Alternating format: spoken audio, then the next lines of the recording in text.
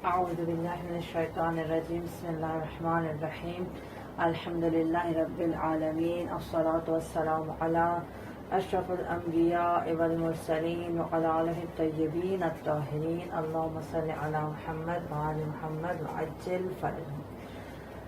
بفضل خداوند نماز کے بارے میں ہم بیان کر رہے تھے، آپ کی خدمت نرس کر چکی کچھ مسائل۔ آج جو مسئلہ بیان کریں گے وہ ہے کہ نمازی کے لباس پر اگر خون لگا ہوا ہو، یعنی کہ اصل میں یہ مسئلہ ہے کہ کچھ صورتوں میں نمازی کا لباس اگر نجس بھی ہے تو اس کی نماز صحیح ہے، کہ انشاءاللہ میں نیچے بھی بیان کروں گی، لیکن نیچے اس مسئلے کو بیان کرنے سے پہلے میں چاہ رہی ہوں کہ آپ کے سامنے اس مسئلے کی وضاحت کروں کہ اگر نمازی کے لباس پر خون لگا ہے تو کیا حکم ہے۔ اس کا جواب دینے کے لیے ہم 3 طرح کے خون فرض کر سکتے ہیں۔ 3 طرح کے خون ہو سکتے ہیں جو نمازی کے لباس پہ لگے۔ ایک خون وہ ہے کہ جو استحاضہ حیض یا نفاس کا، جسے دمائے ثلاثہ بھی کہتے ہیں، استحاضہ حیض یا نفاس کا خون ہو، ایک یہ ہو گیا۔ دوسرا اگر زخم یا جراحت، آپریشن ہوا ہے، کوئی زخم ہے، کوئی پھوڑا ہے، اس کا خون ہو۔ اور تیسرا اگر انسان کا اپنا کہیں سے کٹ کے لگ گیا، کسی دوسرا انسان پاس بیٹھا تھا اس کا آ کے چھینٹا پڑ گیا، یعنی حیض نفاس کا نہیں، ویسے جس سے کٹ لگ جاتا ہے، کوئی ہمارے پاس بیٹھا تھا اس کا خون، یا ہم اپنا کٹ لگ کے وہ خون آ گیا، یا وہ خون جہندا رکھنے جو جانور ہے جن کا خون نجس ہے، جو جانور خون جہندا رکھتے ہیں ان کا خون نجس ہے، ان کا خون آ کے ہمارے کپڑوں پہ لگ گیا۔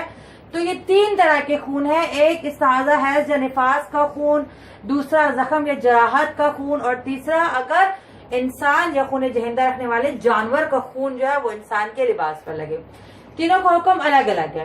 سب سے پہلے ہم کریں گے کہ اگر استحاضہ حیض یا نفاس کا خون انسان کے بدن یا لباس پر لگ جائے تو اگر سوئی کی نوک کے برابر بھی لباس پر یا بدن پر لگے تو نماز باطل ہے۔ یعنی اگر حیض کا خون آ کے ہمارے کپڑوں پہ لگ گیا ہے، یا نفاس کا یا استحاضہ کا، تو اگر وہ ایک سوئی کی نوک کے برابر بھی ہے تو بھی نماز کیا ہے؟ باطل ہے۔ یہ خون بالکل بھی کپڑوں یا لباس پر یا بدن پر لگا ہوا معاف نہیں ہے۔ صحیح۔ دوسرا خون آ گیا زخم یا جراحت، یعنی آپریشن ہوا ہے یا پھوڑا کو نکلا اس کا خون ہے، تو وہ خون جب تک آپ کا زخم ٹھیک نہ ہو جائے، مثلا جب انسان کا آپریشن ہوا ہے، اس کو زخم لگا ہوا ہے تو اس سے خون نکل رہا ہے اور مسلسل اس سے بلیڈنگ وغیرہ ہو رہی ہے، تو اب وہ خون کیا ہے؟ وہ معاف ہے، وہ بالکل معاف ہے جب تک آپ کا زخم ٹھیک نہ ہو جائے، جب تک ہم اس قابل نہ ہو جائے کہ ہم اس کو، اب وہ ٹھیک ہو گیا، اس کو دھو لیں، جگہ کو پاک کر لیں، اس وقت تک وہ خون ہمیں معاف ہے، اس کے ساتھ نماز بالکل صحیح ہے۔ تو یہ تھا زخم جراحت کے بالکل الٹ حکم ہے۔ استحاضہ حیض و نفاس کا ایک سوئی کی نوک کے برابر بھی معاف نہیں ہے، اور زخم اور جراحت کا جتنا بھی ہو، جب تک وہ زخم ٹھیک نہیں ہو جاتا اور وہ انسان اٹھ کے اب تندرست ہو کے جگہ کو دھو لے کر لے، اس وقت تک جتنی مقدار میں بھی خون ہے وہ اس کو معاف ہے، اس نے نماز ضرور پڑھنی ہے۔ نماز کسی صورت قضا نہیں کرنی، یہ نہیں کہنا کہ اب میرا آپریشن ہوا ہے، زخم سے خون نکلا، اب کیسے نماز پڑھوں۔ تو خداوند متعال نے آسانی پیدا کی ہے، ہمارے دین مقدس میں اجازت دی گئی ہے کہ یہ خون آپ کو معاف ہے جو آپ کے زخم اور پھوڑے سے اور جو آپریشن کی وجہ سے خون نکل رہا ہے۔ صحیح۔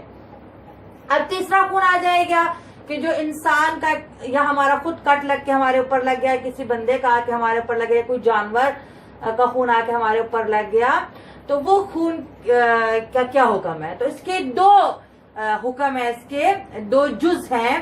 ایک، اگر وہ خون 1 درہم بغلی سے کم ہو، درہم بغلی کی مقدار بھی نیچے مسئلے میں بیان بھی کری جائے گی۔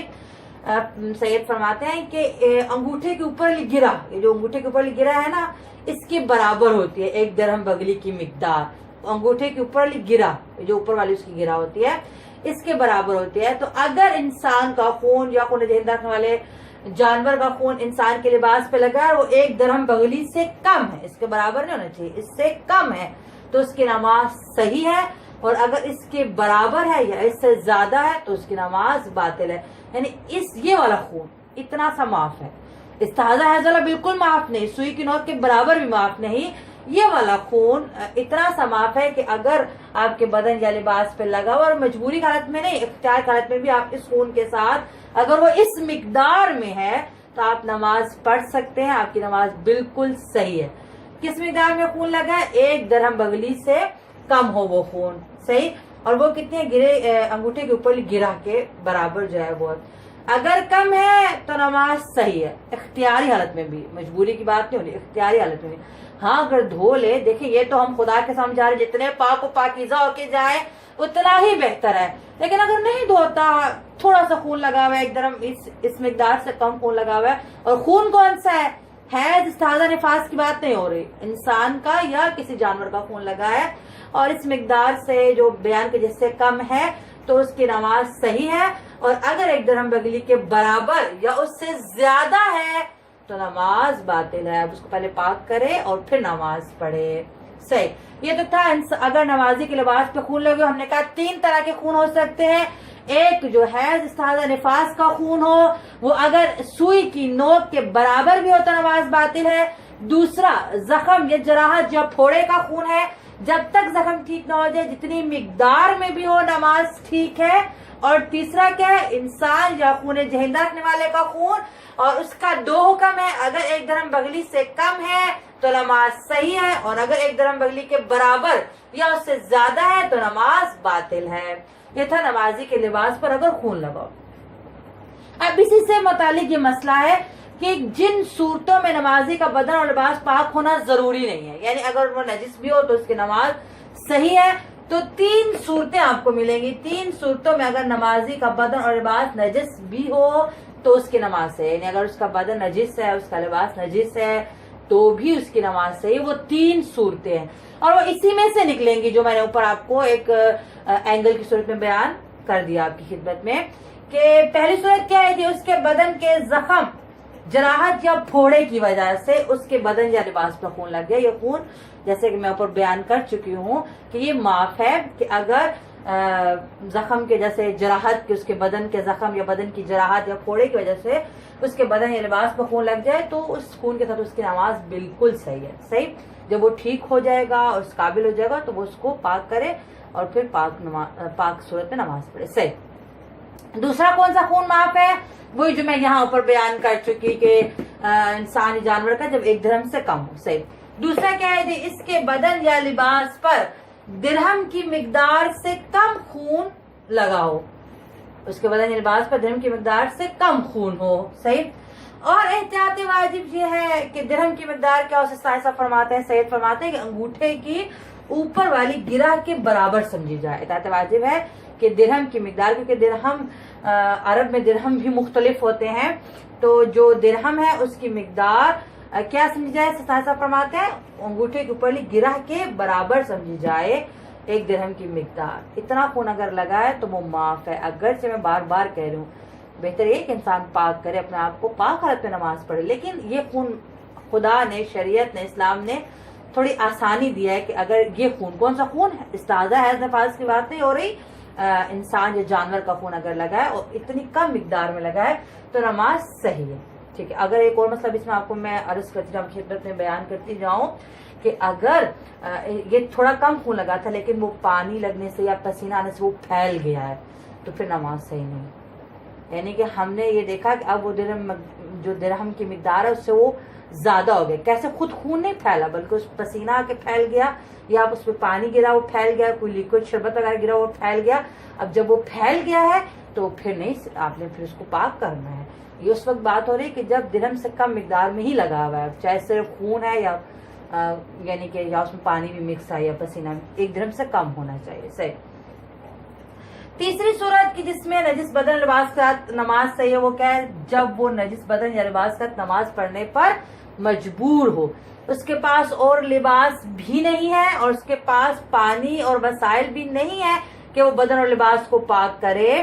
تو اب میں پہلے بھی آپ کی خدمت میں بیان کر چکی کہ نماز قضا نہیں کرنی. یہ نہیں سوچنا کہ اب تو میرا بدن نجس ہے، لباس نجس ہے، نہ دوسرا لباس ہے نہ پانی ہے، اب کیا کروں، چلو نماز پھر پڑھ لیں گے جب پاک ہوں گا. نہیں، نماز پڑھنی ہے اور بالکل نماز صحیح ہے اور دوبارہ اس کی قضا بھی نہیں کرنی. بالکل نماز صحیح ہے کہ جب وہ مجبور ہے کہ اس کا بدن اور لباس نجس ہے اور اس کو پاک نہیں کر سکتا اور لباس تبدیل بھی نہیں کر سکتا، مجبور ہے نجس بدن یا لباس کا نماز پڑھنے پر، تو اس کی نماز بالکل صحیح ہے. تو میں شاید پہلے بھی بیان کر چکی ہوں کہ بعض ہمارے جو زائرین ہوتے ہیں وہ ان باتوں کا خیال نہیں رکھتے، جو خدا انہیں بہت اجر دے، جو بائی روڈ آتے ہیں، کیونکہ کافی مشکلات اور مسائل کا سامنا ہوتا ہے اور واش روم نہیں ہوتا ہے، پانی نہیں ہوتا، تو بعض آ کے خواتین کہتے ہیں جی ہم نے تو 3 دن سے نماز نہیں پڑھی، 4 دن سے نماز نہیں پڑھی.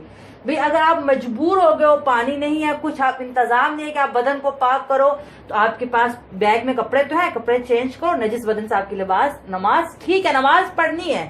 اور اگر لباس بھی نہیں بدل سکتے، مثلا بیگ کہیں آگے جا چکے ہیں، تو اسی نجس بدن اسی نجس لباس کا نماز پڑھنی ہے، نماز قضا نہیں کرنی. اچھا، ان 3 صورتوں کے علاوہ ایک اور صورت میں بھی معاف ہے. وہ کیا ہے؟ اگر اس کا چھوٹا لباس ٹوپی، موزہ، جراب نجس ہے، ٹوپی نجس ہے، لیکن کیسی نجس ہے کہ یہ نہ وہ گیلی ہو اور سرایت کر رہی ہو نجاست، نہیں. لباس جراب مثلا نجس ہے اور خشک ہے، پاؤں بھی خشک ہے، جراب بھی خشک ہے، نجس ہے، اس نے پہنی ہوئی ہے، نماز پڑھ لے، مسئلہ نہیں ہے. لیکن ایسا نہ ہو کہ وہ جراب گیلی ہو یا پاؤں گیلا اور نجاست سرایت کرے، اس کے بدن تک جائے، تو پھر صحیح نہیں ہے. تو ان 3 صورتوں کے علاوہ ایک صورت کیا ہے کہ اگر اس کا چھوٹا لباس مثلا ٹوپی یا موزہ نجس ہو تو بھی اس کی نماز کیا ہے؟ صحیح ہے. خداوند متعال ہمیں صحیح سمجھنے، اس پر صحیح عمل کرنے کی توفیق عطا فرمائے. والحمدللہ رب العالمین.